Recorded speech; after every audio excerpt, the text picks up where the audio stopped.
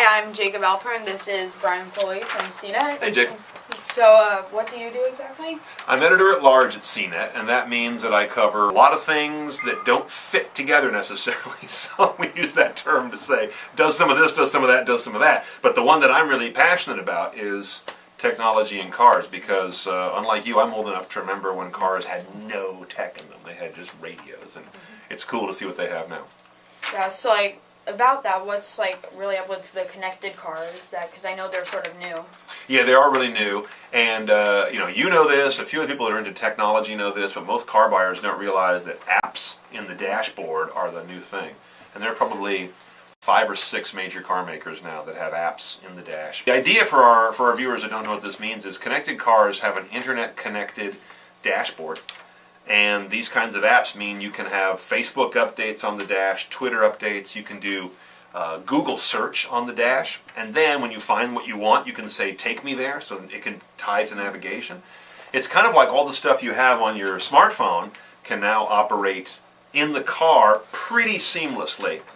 But the key is, and people that are watching this are going, ugh, too much distraction. This is the most dangerous thing ever. And that's what this is so new, no one has the answer to that yet. And also, I know a lot of the stuff in the connected cars is for entertainment, but also is there anything that could help with the driving itself? Yes, there are. Connected cars will eventually get to the point where they are either self-driving or partly self-driving. That's a key part of the connected thing. And that means cars will take what is today pretty rudimentary stuff like adaptive cruise control, which is cool. It keeps cars from running into each other under cruise control, but it's pretty simple compared to where they're going. That same technology, when it's connected, the cars can talk to each other through their connectivity and keep each other from crashing, both in terms of gap as well as in terms of side to side. When cars come to an intersection, they can talk to each other and say, you see me here, right? You know that I have the right of way. Don't go through also and hit me. All kinds of stuff where they do what's called autonomy. Cars talking to each other and kind of self-driving. And that's where we're going to start to take a lot of the, accidents off the road. But you'll be surprised. A lot of people I talk to about this will say, wait a minute, I like driving. I don't want a self-driving car. And do you think it could be where you could have it like a mode where you can have it where it self-drives or then you drive itself? Absolutely. That's a good point. We'll get there first because people will have to be leveraged into this a little bit. So they say, look, we can now sell you a car that has an autopilot mode and you can use it as much or as little as you want. And then over a period of a couple decades, people will then start to probably mostly use the automatic mode.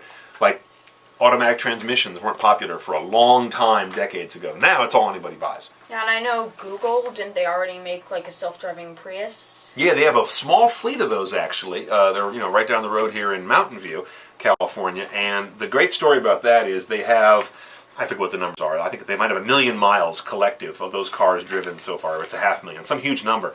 And they've only, as they tell it, only had 2 accidents, both when they had real people driving.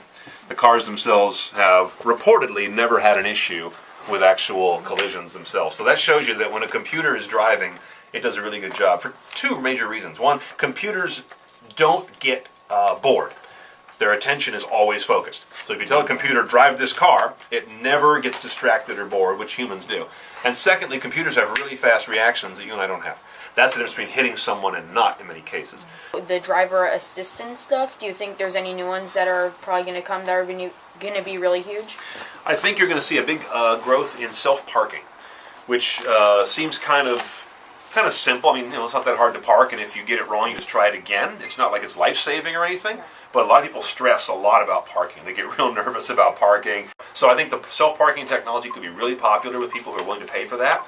And then there's blind spot detection technology, lane departure or drift warning technology. Those are already relatively common in cars that cost, $40,000 or more. The big trend, I think, in the next 3 years will be to bring it down to cars all the way down to the lowest priced cars, and that's just starting to happen now.